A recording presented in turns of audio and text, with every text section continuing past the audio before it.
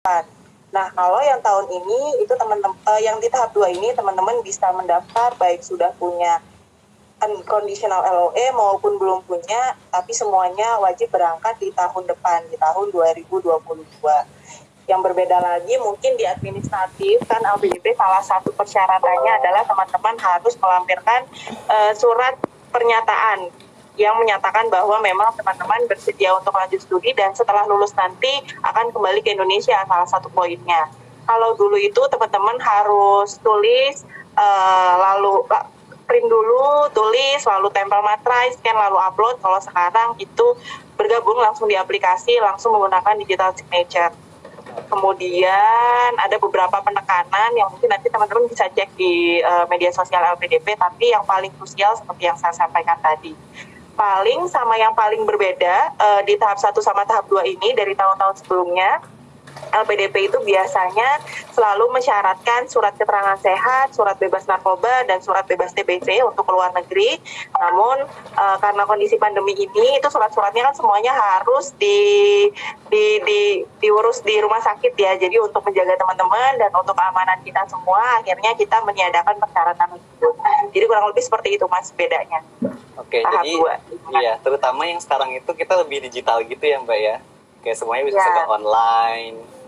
Oke, baik-baik. Oh, tadi aku lihat di kolom komentar ada yang nanya LOE itu apa? Mungkin sekalian LOE unconditional itu seperti apa gitu kali ya? Iya, jadi letter of acceptance atau singkatannya LOE itu ada 2 jenisnya. Ada yang conditional, ada yang unconditional. Kalau conditional itu masih bersyarat, jadi LOE itu merupakan kayak surat atau pernyataan dari universitas yang menyatakan bahwa teman-teman diterima di kampus tersebut. Kalau conditional, kalau bersyarat, biasanya masih ada beberapa poin yang memang harus teman-teman lengkapi atau teman-teman harus capai terlebih dahulu supaya teman-teman bisa lanjut ke situ. Tapi kalau unconditional itu benar-benar tidak bersyarat, jadi teman-teman bisa bersiap untuk langsung lanjut studi di situ. Kadang ada juga kondisional, tapi kondisionalnya karena funding. Nah, itu biasanya kalau untuk upload di LPDP di tahap 2 ini itu sudah tergolong unconditional karena biasanya untuk funding itu kan berarti semuanya udah clear ya, tinggal funding aja. Nah, mereka dari situ akan berproses untuk beasiswanya. Jadi seperti itu gambarannya, ada yang conditional, unconditional.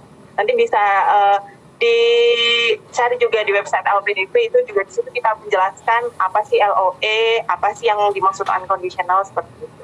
Oke, I see. Oh, itu LOE unconditional tuh. Teman-teman catat ya, LOE unconditional itu adalah ketika kita sudah semacam diterima oleh kampusnya, tapi mungkin tinggal beberapa pendaftaran yang tadi masih diperbolehkan adalah kayak seperti membayar ya. Mungkin kayak seperti membayar deposit gitu ya Mbak ya. Iya, ada juga yang seperti itu. Beragam sih tiap kampus kebijakannya. Iya, oke. Ya udah kalau gitu kita langsung nanya tentang ini Mbak, yang kita tadi udah ngomongin berkas ya sama wawancara, tapi aku pengen coba nanyainnya tentang seleksi yang berkas dulu. Kan ada beberapa isiannya tadi ya, kayak data diri, terus ada esai, rencana studi, surat rekomendasi. Itu biasanya yang para aplikan tuh suka salah ya, maksudnya yang membuat kita gagal seleksi administrasi itu biasanya yang gimana Mbak yang harus diperhatikan gitu? Iya, jadi kalau seleksi administrasi LPDP itu sebenarnya persyaratannya semua ketentuan yang disyaratkan oleh LPDP yang tercantum di buku panduan itu harus dipenuhi, itu mutlak. Jadi kalau misalkan ada satu atau sedikit yang tidak sesuai dengan persyaratan, mungkin seperti batas sertifikat bahasanya ataupun IPK-nya atau apapun, itu udah otomatis tidak lulus. Tapi mungkin kalau misalkan semua aspek sudah terpenuhi, mungkin perlu diperhatikan lagi dokumen-dokumen yang diupload itu sudah benar, atau mungkin seperti kayak ijazah dan transkrip itu kan biasanya kadang-kadang teman-teman ada yang S1, ada juga yang profesi. Nah, kalau yang sekarang itu wajib yang ijazah S1-nya, tidak diperkenankan untuk yang ijazah profesi. Jadi sebenarnya kalau seleksi administrasi LPDP itu nggak susah selama semuanya teman-teman penuhi. Seperti kalau esai juga, LPDP sebenarnya untuk substansi esai itu nanti akan dilihat pada saat wawancara. Tapi yang penting poin-poin yang disyaratkan di buku panduan itu sudah dipenuhi terlebih dahulu. Jadi kan esainya ada 3 kalau sekarang tuh, ada personal statement, ada rencana kontribusi, dan proposal penelitian untuk yang lanjut ke S3. Nah, yang personal statement ini menggantikan rencana studi ya. Kalau dulu kita ada essay rencana studi, kalau sekarang digantikan dengan personal statement. Ini nggak ada formatnya, jadi silakan teman-teman optimalkan sisi terbaik teman-teman gitu. Tidak ada batas katanya juga, tapi teman-teman ya sekiranya nggak terlalu banyak, mungkin 1.500 sampai 2.000 kata ya, seperti yang persyaratan rencana kontribusi. Nah, kalau rencana kontribusi sama proposal penelitian itu silakan dicek di buku panduan LPDP, itu sudah ada panduannya seperti apa. Jadi yang jelas kalau administrasi semuanya dipenuhi aja. Kalau esainya itu memang harus all out, menyampaikan sisi terbaik, karena itu yang jadi perhatian utama interviewer sebelum menginterview teman-teman. Jadi harus karena itu first impression ya, jadi harus disampaikan sebaik mungkin. Oke. Aku pengen coba mastiin tadi, apakah esai asalkan itu kayak sudah lengkap esainya, terus jumlah katanya masih di jumlah yang diperbolehkan, itu apakah secara administrasi itu sudah pasti bisa lolos, tinggal mungkin kita mikirin pas nanti wawancaranya atau bagaimana ya?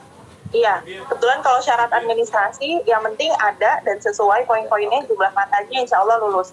Kita nggak menilai substansinya terlebih dahulu, nanti substansi pada saat wawancara. Oh ya boleh, oke. Wawancara ya. Ya udah kalau gitu kita langsung nanya tentang wawancara deh kalau gitu. Jadi kira-kira nih Mbak ya, dari kayak orang yang udah lolos seleksi administrasi, itu kayak berapa persen yang biasanya lolos seleksi wawancara? Oh ya, jadi kalau dari pengalaman yang di tahap 1 kemarin, itu kita kan yang daftar ada 6.000-an orang. Di tahap seleksi administrasi itu yang lolos ada 4.000-an orang, jadi mungkin turun sepertiganya. Lalu dari seleksi TBS, tes substansi akademik ke wawancara, itu turun lagi sepertiganya, jadi sudah berkurang 2/3, yang tadinya 6.000 berkurang jadi 4.000, terus berkurang lagi jadi 2.000-an. Jadi yang dari awal sampai lulus seleksi wawancara mungkin 1/3 atau 30-an%. Kurang lebih seperti itu, Mas. Kan misalkan kita lolos seleksi administrasi, itu harus kita perhatikan itu untuk menghadapi wawancara itu apa yang baliknya ya? Iya, jadi kalau sudah lulus seleksi administrasi itu kan kebetulan ada tes substansi akademik ya, itu tes bakat skolastik, kita bekerja sama dengan Pusmenjar, dan di situ ya semacam tes TPA namun secara online. Nah, di situ teman-teman harus melalui itu terlebih dahulu, kecuali teman-teman mendaftar di beasiswa PTUD ya, yang sudah diterima di kampus terbaik dunia. Tapi secara umum mayoritas itu teman-teman harus mengikuti tes itu terlebih dahulu. Nah, nanti kalau itu sudah lulus, kalau yang tes ini itu yang penting itu perlu perbanyak latihan dan koneksi internetnya bagus, terus kondisi PC untuk tes tersebut juga dalam kondisi prima seperti itu. Lalu ketika masuk di wawancara, yang perlu dipersiapkan yang pasti ini ya, kesiapan menjawab pertanyaan dari pewawancara, mungkin banyak berlatih, terus mengumpulkan informasi atas apa yang sudah kita kerjakan selama ini, baik dari akademik, organisasi, maupun karir. Jadi supaya ketika interviewer nanya, kita sudah cukup modal nih, kita nggak usah susah-susah untuk nge-recall apa yang sudah pernah kita lakukan gitu. Mungkin kita bisa beberapa kali melakukan simulasi dengan teman-teman kita ataupun secara pribadi, dan yang penting juga apa yang sudah kita tuliskan di esai pada saat mendaftar itu mungkin dibaca-baca kembali supaya sisi terbaik yang sudah kita sampaikan itu dapat semakin baik lagi disampaikan pada saat wawancara seperti itu. Jadi tergambarkan benar-benar di diri kita gitu ya, apa yang kita tulis. Ya, soalnya nanti kan ketika diwawancara kita bakal langsung ngelihat, wawancara bisa langsung lihat kita gitu, dia langsung tahu kita seperti apa. Nah, ngomongin tentang yang tadi, itu LPDP, bagaimana ya cara mereka memastikan orang yang diwawancara itu yang menyampaikan jawaban yang kayak apa ya, benar-benar menggambarkan dirinya gitu. Karena biasa kan kita apalagi tahu ini LPDP, ini big deal, apalagi kita bakal mungkin sedikit menambahkan atau apa gitu. Iya, jadi memang kita berupaya mewawancara supaya mewawancara se-efisien dan sebaik mungkin. Kan waktunya kebetulan terbatas ya, cuma 1 jam, kurang lebih 50 menit sampai 1 jam, dan kita harus mengoptimalkan apa yang ada di diri teman-teman. Nah, di situ memang interviewer kita itu terdiri dari tim independen, ada 3-4 orang.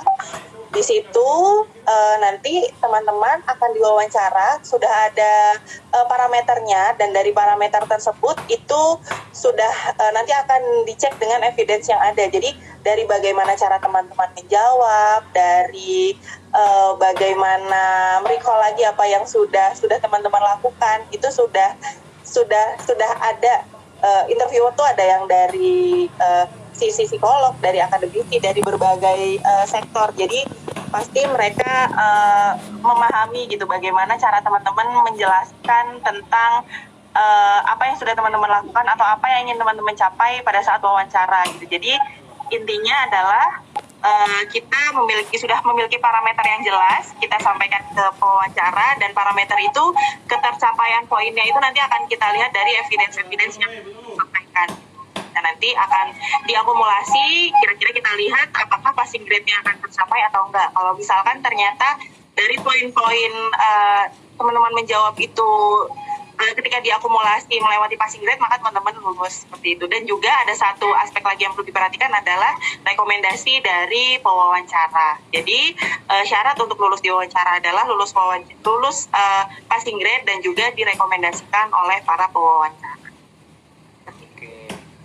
Ya, Mbak, aku tadi sekalian pengen nanya yang esai tadi, ada kayak ini nggak ya, kriteria ketika misalkan panelis LPDP ngebaca esai kita dan juga mewawancarai kita gitu, kayak kriteria apa yang tim seleksi beasiswa LPDP ini cari dari kandidat yang ya udah dari esai itu atau dari wawancara ini, mungkin bisa sekalian gitu. Iya.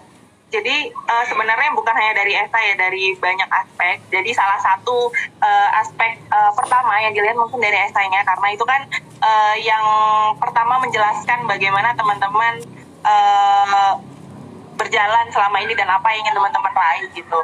Selain itu dari data diri, itu kan data diri bukan cuma di esai aja ya. Di situ juga ada menceritakan tentang bagaimana riwayat teman-teman, baik dari akademik, karir, maupun kalau prestasi kalau ada. Nah, di situ nanti akan digali, dan interviewer pasti akan di situ melihat beberapa aspek yang pasti. Kalau misalkan untuk lanjut di LPDP atau lanjut studi, bagaimana kesiapan teman-teman, rencana studinya seperti apa, apakah teman-teman sudah benar-benar memilih rencana kampus itu dengan sebaik mungkin, dengan apakah sudah sangat sesuai dengan apa yang teman-teman butuhkan atau bidangnya butuhkan, bidang keilmuannya butuhkan.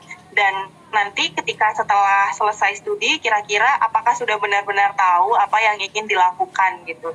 Jadi benar-benar LPDP itu mencari teman-teman yang memiliki visi misi yang kuat gitu, visi misi terkait bidang keilmuannya ataupun karirnya, ataupun nanti rencana ke depan itu sudah ada garis-garisnya gitu. Jadi teman-teman sudah bisa menyampaikan dengan baik apa yang teman-teman lakukan sekarang, apa yang ingin teman-teman dapat pada saat kuliah, dan apa yang ingin teman-teman lakukan setelah lulus nanti. Nah, itu nanti semuanya akan dilihat oleh interviewer. Dan satu aspek yang penting juga adalah bagaimana nasionalisme dan integritas teman-teman dalam mencapai itu semua.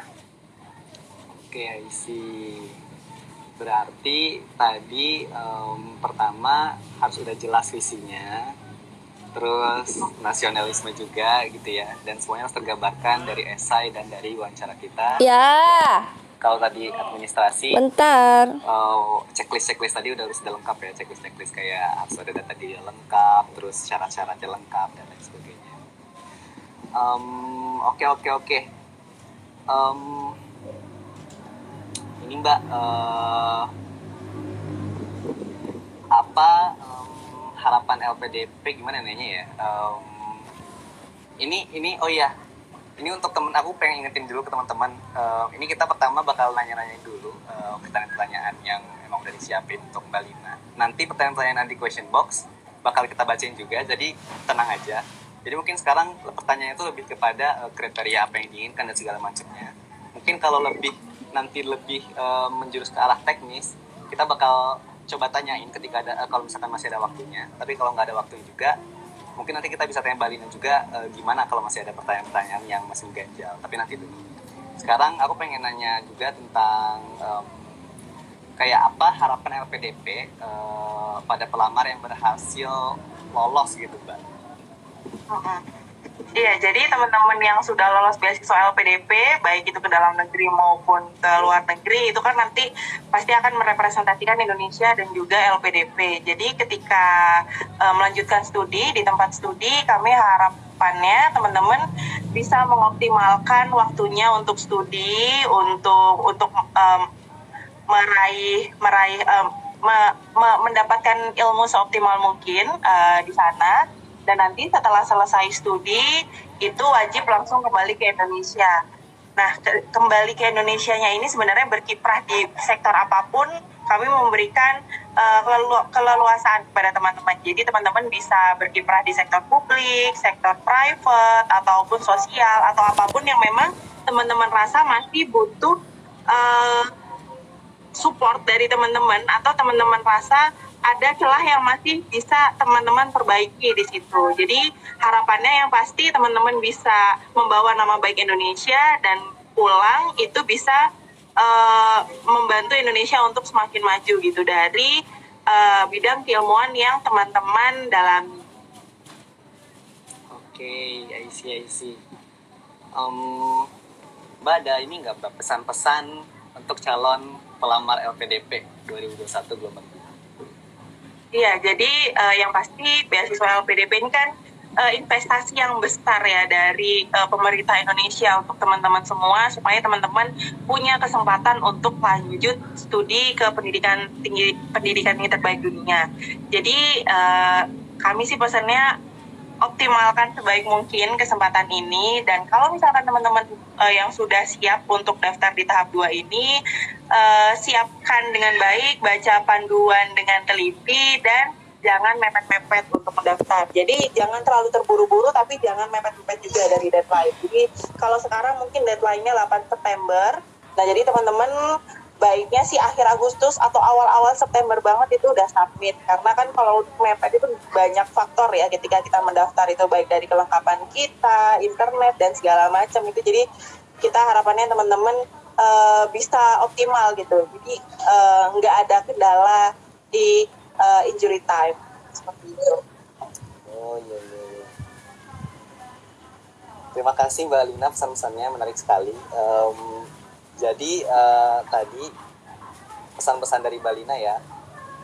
Oh ya, enggak gitu. Jadi gini teman-teman, karena sekarang beasiswa PDP-nya yang gelombang 2 tahun 2021 ini udah dibuka Agustus kemarin, walaupun deadline-nya masih tanggal 8 September, tapi diharapkan teman-teman untuk mendaftar dan mensubmit sebelum 8 Septembernya berakhir. Itu yang pertama. Dan tadi kan juga dijelasin kan kriteria-kriteria yang diinginkan oleh para panelis beasiswa LPDP ini. Teman-teman kalau ingin tips dan trik, bisa aja kunjungi website Indonesia Mengglobal di www.indonesiamenglobal.com. Di sana ada banyak sekali tulisan, lebih dari 800 kontributor yang isinya itu tentang bagaimana jatuh bangun mereka dalam mendaftar semua jenis beasiswa lah. Beasiswa PDP juga ada. Dan kalau mau tanya-tanya juga kita siap untuk menjawabnya gitu ya Mbak ya. Baik, sekarang berarti karena pertanyaan dari Indonesia Mengglobal sampai situ, tapi kita masih mau menjawab pertanyaan dari teman-teman yang hadir nih Mbak. Jadi kita lihat dulu ya di question. Oh ini kayaknya ada yang baik ditanyain tentang ini deh Mbak. Orang-orang pada penasaran tentang surat rekomendasinya. Jadi itu juga berdasarkan yang aku lihat di bookletnya.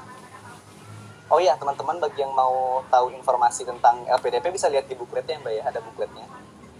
Iya benar, bookletnya lengkap ada di website LPDP. ada di website LPDP, itu bisa dilihat-lihat dulu, di sana ada informasinya. Jadi saya juga udah baca bukletnya. Di situ itu ada kayak template surat rekomendasi, ada formatnya seperti itu kan. Itu apakah template-nya seperti itu dan dalam bahasa Indonesia, ataukah bagaimana dengan orang yang itu di luar negeri gitu? Bagaimana mereka ketika meminta rekomendasi kepada dosennya kah, atau mungkin mereka meminta rekomendasi kepada employer-nya begitu? Iya, Apakah ada bahasa lain? iya, jadi karena memang surat rekomendasi itu sudah kita berikan format, teman-teman mohon menggunakan format itu, boleh ditulis ulang ataupun langsung menggunakan langsung menggunakan yang ada di buku panduan. Nah, di situ teman-teman silakan diisi, boleh menggunakan bahasa Indonesia atau bahasa Inggris, tapi kalau mau lanjut ke luar negeri dengan menggunakan bahasa Inggris akan lebih baik. Lalu untuk yang memberi rekomendasi itu sesuai yang kita tuliskan di buku panduan. Yang penting, jadi teman-teman kalau untuk surat rekomendasi nggak perlu pusing-pusing cari siapa tokoh yang paling terkenal atau paling berpengaruh, tapi justru kita ingin teman-teman mendapatkan rekomendasi dari orang-orang yang paling mengenal teman-teman. Jadi baik itu dari segi akademik maupun dari segi karir yang sekiranya paling bisa melihat potensi baik dari teman-teman. Nah, itu silakan minta rekomendasi dari beliau supaya apa yang beliau tuliskan itu bisa menjelaskan dengan baik dan meyakinkan LPDP dan juga interviewer kenapa sih harus menerima teman-teman untuk lanjut dengan beasiswa LPDP. See. Jadi bahkan surat rekomendasi pun bukan cuma untuk seleksi berkas aja ya, bahkan kayak substansinya pun akan dilihat oleh panelis LPDP gitu ya. Iya, jadi semua yang teman-teman input dari data diri, terus dari surat rekomendasi, SK, itu semuanya akan menjadi modal utama interviewer pada saat mewawancara gitu. Jadi sampaikan sebaik mungkin, tapi harus dengan jujur. Oke, jujur, sampaikan semuanya karena substansinya juga akan dinilai. Baik. Oh iya, tadi aku sebenarnya sempat melihat juga di komentar, nih komentarnya banyak berlalu. Tapi tadi aku sempat ngeliat juga, mungkin ini banyak ditanyakan oleh beberapa teman-teman yang kayak pertama ini soal ini. Kan tadi kalau udah punya LOE unconditional, maka kita boleh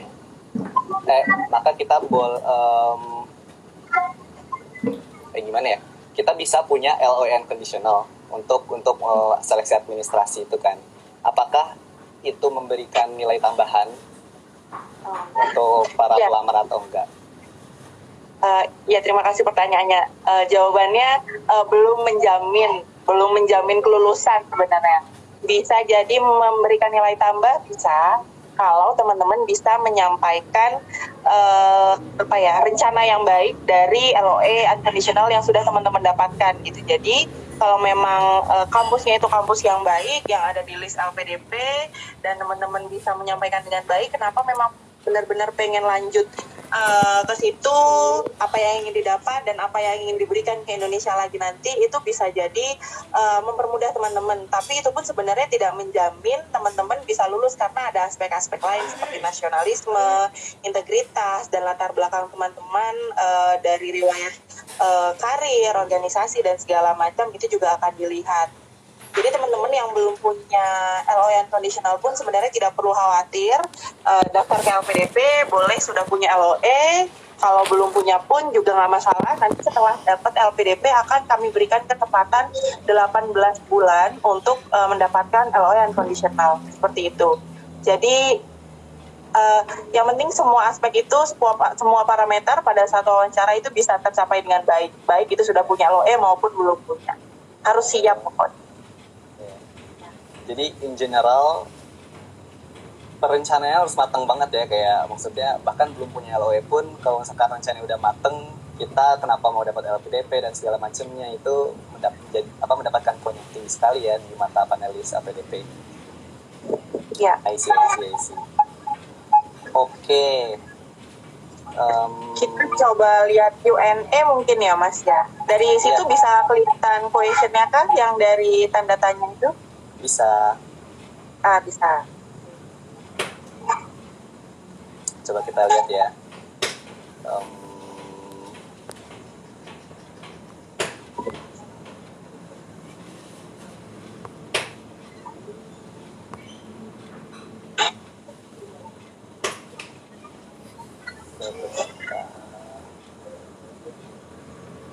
Mungkin aku izin menjawab yang paling banyak likes ini ya tentang Boleh. IELTS karena kondisi PPKM. Jadi banyak juga yang menyampaikan bahwa gimana sih gimana ini deadline LPDP bisa diperpanjang nggak.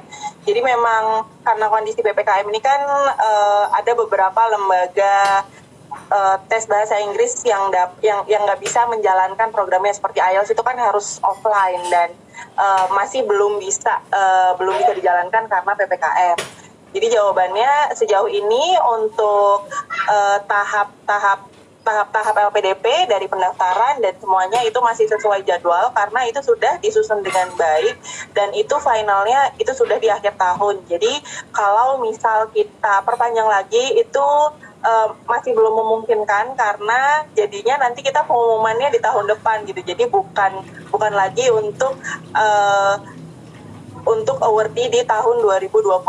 Jadi kalau misalkan teman-teman ternyata masih belum berkesempatan, silakan nanti mendaftar di tahun depan. Karena kalau misalkan pun akhirnya kita perpanjang, kita juga masih belum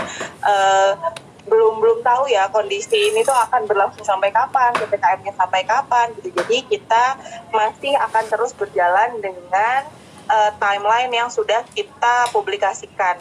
Bisa cek di sosial media dan juga website LPDP. Yang Mbak Lina bisa sekalian ini nggak, tadi kan kita mau ngomongin tentang timeline nih. Bisa ini bisa tolong jawab tentang ini nggak, tentang kapan kayak misalnya kita dapat beasiswa LPDP, terus maka itu untuk yang kuliahnya mulainya kapan dan ada maksimalnya nggak sih? Kayak maksimal mungkin buat. Iya benar. Jadi untuk magister kalau teman-teman lanjut S2 itu maksimal kuliahnya itu maksimal 2 tahun. Kalau teman-teman lanjut S3 itu maksimal 4 tahun. Boleh lebih cepat tapi tidak boleh lebih lama.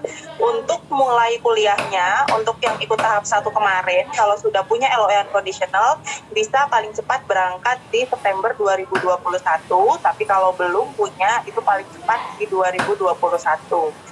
Yang mau daftar di tahap 2 ini semuanya wajib berangkat paling cepat di tahun 2022. Seperti itu. Kalau belum punya LOE, kita kasih waktu 18 bulan. 18 bulan. Jadi setelah 18 bulan itu, maka ulang lagi daftarnya LPDP-nya gitu ya? Ya, jadi kalau misalkan sampai 18 bulan, kita kan memberikan teman-teman pilihan 3 universitas ya.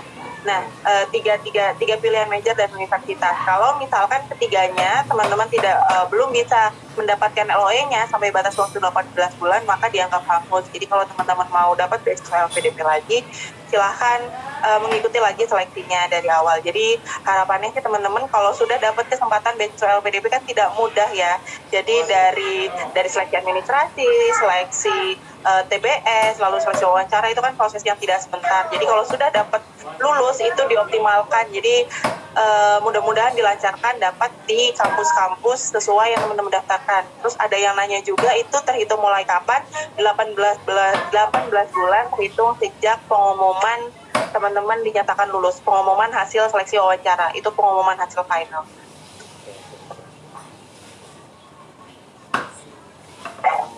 Kalau yang tadi Mbak Lina yang tentang kita punya jatah 3 jurusan kan untuk kita tulis di pendaftarannya itu apakah boleh diganti kalau nanti misalkan kita pas lagi daftar 18 bulan ini kan kita pengen kedaftaran lagi bisa diganti? Iya, jadi kalau sekarang itu teman-teman tidak diperkenankan untuk pindah. Jadi kalau dari tahun 2013 sampai 2018 LPDP itu teman-teman cuma dikasih satu pilihan aja, satu pilihan unit sama bidang studi yang ingin teman-teman tuju. Nah itu masih diperkenankan untuk pindah, tapi dengan pertimbangan dan dikaji dulu dari teman-teman tim beasiswa maupun direksi, apakah kira-kira memang perlu dan mendesak untuk pindah.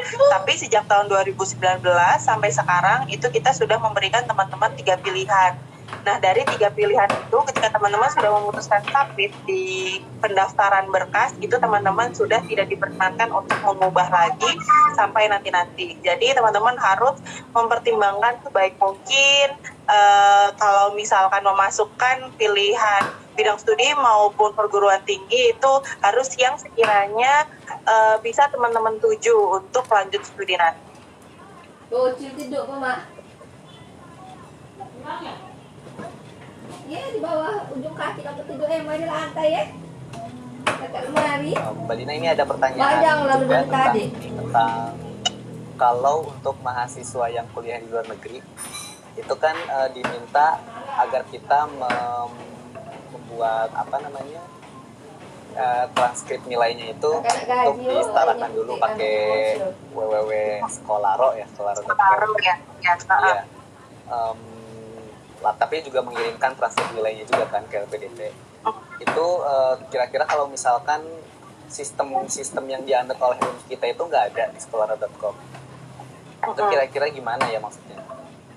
Oh, itu mungkin nanti bisa, jadi mungkin sebagai informasi buat teman-teman, kalau lulusan luar negeri, teman-teman harus melampirkan hasil convert nilainya dari nilai transkripnya.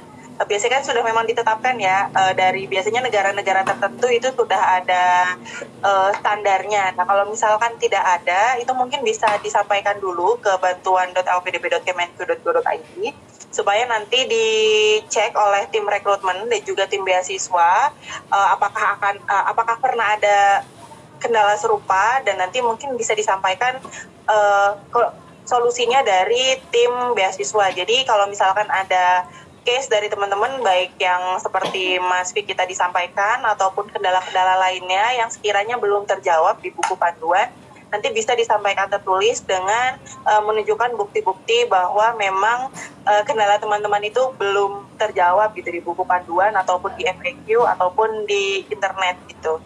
Silakan sampaikan di bantuan.lpdp.kemenku.go.id. Oh, oke, siap. Ini ada pertanyaan yang banyak nih, Mbak. Tapi aku coba satukan, tapi walaupun kayaknya tadi udah dijawab ya ketika kita ngomongin tentang esai. Ini orang pada pengen coba diperbandingkan antara tadi kan esai yang dibutuhkan itu ada personal statement, ada rencana studi, dan lain-lain, ada 3 kan tadi. Itu perbedaannya apa, dan dijelaskan poin-poin yang harus kita address melalui misalkan soal statement itu apa aja gitu. Iya, jadi memang esainya untuk teman-teman yang mendaftar di tahun ini itu ada 3 untuk yang doktoral. Jadi ada 3 esai, personal statement, lalu rencana kontribusi, dan proposal penelitian. Nah, yang ketiga, proposal penelitian ini hanya untuk teman-teman yang mau daftar doktoral aja. Yang mau daftar master cukup yang 2 pertama tadi. Untuk yang personal statement itu tidak ada ketentuannya, tidak ada format khususnya. Jadi yang penting teman-teman bisa mengoptimalkan, menunjukkan sisi terbaiknya teman-teman, baik itu dari aspek karir, dari aspek akademik, dari aspek prestasi, aspek apapun yang dikaitkan dengan rencana studi teman-teman. Nah, untuk yang rencana kontribusi itu sudah ada disampaikan di buku panduan. Saya sambil coba cek di sini. Sebentar. Itu sudah detail, ada berapa kata maksimal, ada poin-poin apa saja. Nah, ini kalau yang rencana kontribusi ini poin-poinnya memang harus disampaikan sesuai apa yang disyaratkan. Itu ada teman-teman diminta untuk mendeskripsikan diri, lalu yang kedua diminta untuk melihat masalah strategis apa yang sedang ada di Indonesia ataupun di lingkungan sekitar teman-teman. Lalu yang ketiga, teman-teman diminta untuk mendeskripsikan apa sih pentingnya bidang keilmuan teman-teman untuk membantu menuntaskan masalah tersebut. Lalu yang keempat, diminta untuk menyampaikan mimpi teman-teman tentang masa depan. Yang kelima, peran apa yang selama ini sudah teman-teman lakukan. Dan yang keenam, itu bagaimana cara teman-teman untuk mewujudkan mimpi tersebut. Nah, kalau yang rencana kontribusi itu memang wajib poin-poin itu disampaikan. Tapi kalau personal statement silakan disesuaikan aja kira-kira mana sih yang paling esensial, yang paling strategis dari diri teman-teman yang bisa sekiranya menunjukkan aspek terbaik teman-teman dan bisa meyakinkan orang-orang atau interviewer pada saat menginterview teman-teman. Dan kebetulan kalau personal statement itu bukan cuma di LPDP ya, kalau teman-teman mau lanjut ke studi ke perguruan tinggi di luar itu juga banyak yang mensyaratkan personal statement. Nah, bisa juga karena tidak ada format baku, bisa juga merujuk ke personal statement yang sudah ada. Seperti yang disusun untuk mendaftar di kampus. Cuman memang personal statement ini harus, karena personal statement ya harus sepersonal mungkin dan harus sespesial mungkin gitu. Jadi jangan sampai mirip sama siapapun yang ada di dunia ini gitu. Jadi harus bisa benar-benar mengoptimalkan apa yang teman-teman punya. Gitu. Oke. Jangan template lah ya. Iya, harus benar. benar-benar dari dalam hati gitu menulisnya. Baik, Mbak. Ini ada beberapa yang bertanyanya tentang berkas juga, Mbak. Mungkin karena tadi kan seperti yang udah Mbak Lina jelasin, itu saya mendengarnya sih strict banget ya, kayak misalkan berkas kalau nggak lengkap atau ada kayak persyaratan yang kalau nggak dipenuhi, maka ya udah dari bahkan substansinya belum dinilai pun itu udah kayak terhalang oleh seleksi berkas. Allahu Akbar. Itu, kalau semisal kita kayak semacam berkonsultasi dulu, kita nanya dulu. Emang duduk mana lah? Ya, misalkan nilai transkrip tadi kita masih boleh konsultasi dulu ke Kemenko tadi kan. Emang pegang. Ke layanan bantuan dan informasi LPDP. Bantuan LPDP tadi. Kalau misalkan kayak aspek-aspek lain, misal kita belum punya jasanya belum keluar, misal, atau misalkan IPK-nya di bawah 3, apakah kayak itu ada alternatif lain semacam memakai surat keterangan lulus atau misalkan IPK di bawah 3 ada alternatif lain dengan visinya udah jelas sekali dan segala macam udah jelas sekali gitu, apakah masih ada kemungkinan untuk di-tweak gitu biar kita lolos seleksi administrasi? Jadi kalau untuk yang ijazah itu memang kita memperkenankan teman-teman untuk menggunakan SKL bagi teman-teman yang belum keluar ijazahnya, tapi memang harus sudah lulus, harus transkripnya sudah ada, tidak harus pakai ijazah. Tapi kalau untuk IPK itu memang mutlak seperti apa yang sudah disyaratkan di LPDP. Jadi kalau kurang itu benar-benar tidak boleh. Kebetulan kita barusan buka jenis beasiswa kewirausahaan. Di situ persyaratan IPK-nya tidak setinggi yang lain, tapi memang ada aspek kewirausahaan yang harus penting, harus menonjol di sana. Jadi teman-teman sudah punya usaha ataupun sudah punya rencana bisnis yang bagus, itu kalau misalkan teman-teman merasa teman-teman punya sisi kewirausahaan yang bagus, silakan mendaftar di situ, karena di situ persyaratan IPK-nya tidak seperti yang lain. Kalau yang lain itu 3 minimal, kalau itu 2,5 kalau saya tidak salah. Untuk pastinya bisa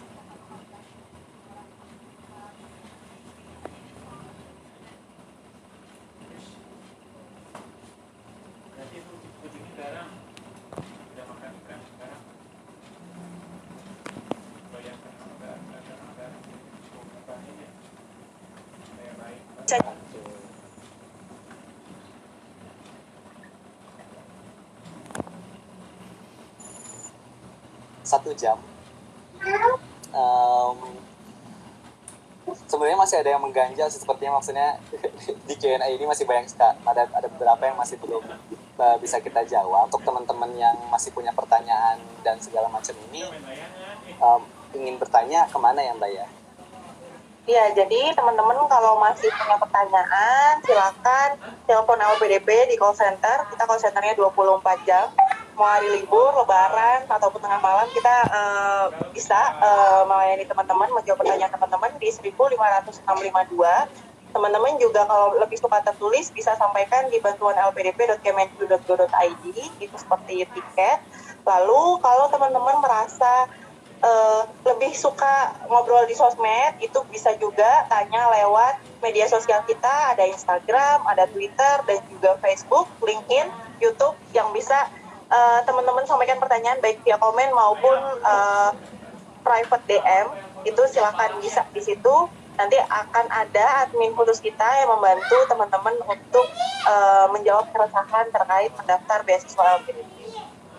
Kalau nanti kondisinya sekiranya sudah memungkinkan, sudah tidak ada pandemi lagi, itu sebenarnya teman-teman bisa datang ke kantor LPDP. Namun sejak pandemi kita belum membuka layanan customer service officer lagi gitu. Jadi bisa semuanya dilakukan secara online. Oke, terima kasih Mbak Lina. Jadi teman-teman itu ya, kalau masih ada punya pertanyaan, bisa langsung call center tadi, atau bisa langsung hubungi melalui bantuan LPDP tadi, atau bisa juga menghubungi sosial medianya LPDP.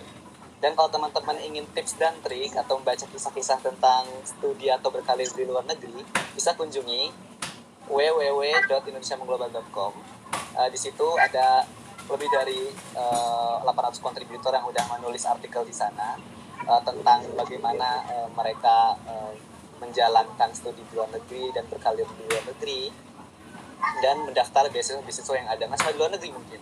Ada juga kisah-kisah mereka untuk berkarir dan berkuliah di Indonesia juga. Jadi karena sudah 1 jam, sebenarnya walaupun masih ingin ngobrol, tapi karena kita hanya memiliki waktu 1 jam, sesi ini akan kami akhiri terlebih dahulu. Kepada Mbak Lina, saya ucapkan terima kasih banyak sekali lagi. Maaf tadi awal-awal sudah kamarnya. Dan Iya sama, aku juga mau masuk.